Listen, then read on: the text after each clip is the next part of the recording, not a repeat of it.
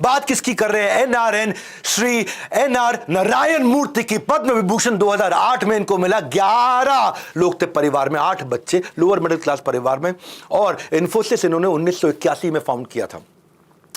India की पहली registered company जो अमेरिकन स्टॉक एक्सचेंज पे पहुंची, इंडिया की पहली कंपनी जिसने अपने एम्प्लॉयज को एम्प्लॉय स्टॉक ऑप्शन यानी कि शेयर होल्डिंग देना शुरू किया। तीसरी सबसे बड़ी प्राइवेट एम्प्लॉयर है भारत में। 3.5 लाख एम्प्लॉयज 55 देशों के अंदर काम कर रहे हैं। Every single person from a sweeper to CEO, वो कहते हैं कि हर आदमी ने वैल्यू ऐड किया है नारायण मूर्ति की इस कंपनी इन्फोसिस के अंदर। मैं आज आपको 9 कहानियां बताऊंगा, ऐसी अद्भुत कहानियां जो हर बच्चे हर बड़े को पता होनी चाहिए। पहली, सिंप्लिसिटी लाइक अ सेंट। राज ऋषि, ऐसा राजा जो ऋषि के समान हो। कुछ लोगों की आदत होती है जेब भले ही खाली हो लेकिन कपड़े ब्रांडेड पहनेंगे। खाने को एप्पल ना हो पर दिखाने को एप्पल चाहिए। उन्हें लगता है टेक ऑफ करना है तो शो ऑफ करना पड़ेगा, लेकिन साधारण होना सस्ता नहीं है।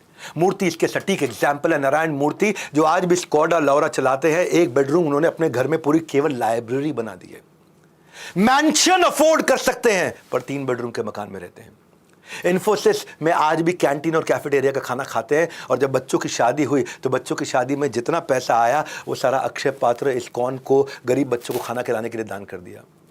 आज भी खाना खाने के बाद अपने बर्तन खुद धोते हैं, अपने टॉयलेट को खुद साफ करते हैं। जब एक दिन कॉन्फ्रेंस रूम में शॉर्ट सर्किट हो गया तो इलेक्ट्रिकल इंजीनियर थे, खुद ही जाकर के शॉर्ट सर्किट फटाफट ठीक कर दिया। बोला इससे पहले कि कोई इलेक्ट्रिशियन आएगा खुद ही ठीक कर दूंगा। लास्ट पिक्चर इन्होंने 1983 में देखी थी, कुली। कुली मूवी, क्योंकि उसमें अमिताभ बच्चन को बेचारे बहुत चोट लग गई, उस चक्कर में जाके मूवी देख करके आए। अपनी वेडिंग एनिवर्सरी 1994 में अपने बच्चों के लिए, बच्चों ने इनके लिए एक सरप्राइज मूवी रखी थी, हम आपके हैं कौन। बड़ी फेमस पिक्चर थी। मूर्ति ने क्या किया, अपनी धर्म पत्नी के साथ उनकी एक सहेली को भेज दिया, खुद नहीं गए। जॉब से रिजाइन करके इन्होंने सॉफ्ट्रॉनिक्स नाम की कंपनी चालू करी थी जो कि फेल हो गई थी। बाद में पटनी कंप्यूटर्स, इन्फोसिस इन्होंने एक के बाद एक ज्वाइन किया। इनके बारे में मोहनदास पाई जो उनके को फाउंडर है वो कहते हैं कि if you perform you exist, if you don't perform you don't exist for him.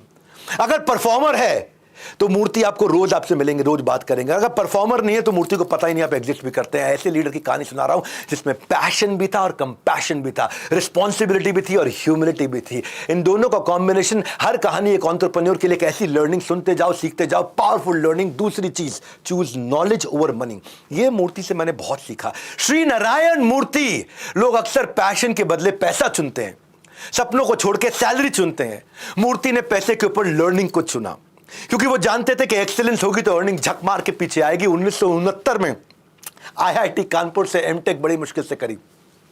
तनख्वाह देने का पैसा नहीं था ना, मिडिल क्लास परिवार से पिता ने मना कर दिया, खुद जुगाड़ करके गए।